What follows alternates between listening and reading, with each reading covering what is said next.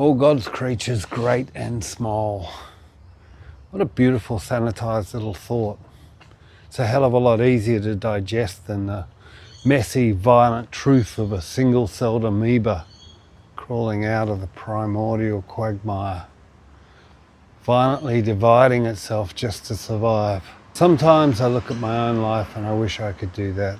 I wish I could just clone myself, let the dirty, broken version die off, and start fresh with the new one. I can't think of the proper clinical medical term for cleansing myself from decades of drugs, scotch, and chemical poison. So I'm just going to use the word disinfect. Disinfect.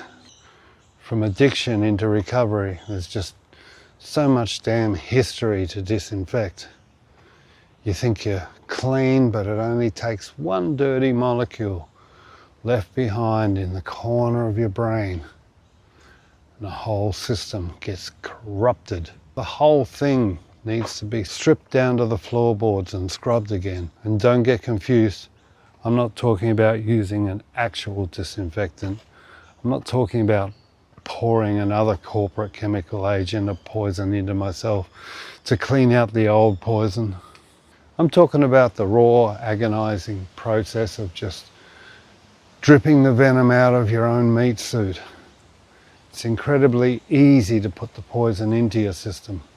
Anyone can do it.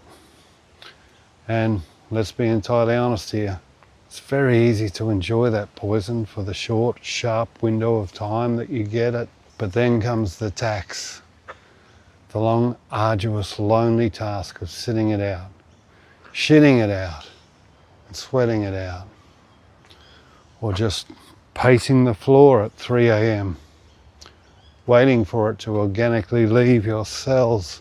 And right there in that dark, sweaty room, that's where the trapdoor of addiction kicks in, because your brain whispers to you, hey, it would be so much easier to just put a little bit more poison back in. And as a bonus, you get the buzz. And it's true, it is easier. But for every fleeting manufactured great feeling you get from that reset, you're just building an even higher, steeper mountain than you'll eventually have to climb to disinfect yourself all over again. I spent years building those mountains, but nowadays, for me, the memory of climbing that brutal mountain of detoxification is finally stronger than the cheap invitation to infect myself again. I've looked down at the wreckage too many times. I don't want to climb that mountain anymore.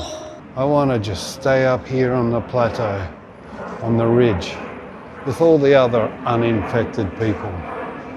I watch them sometimes, the regular people. Some of them actually seem genuinely happy without ever needing to poison their own bloodstream. It's a bizarre concept to me. Maybe I can be like that too.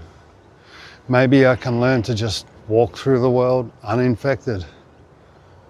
Or maybe I can't. But if I can't, then ultimately that just means there's one more mountain left for me to climb.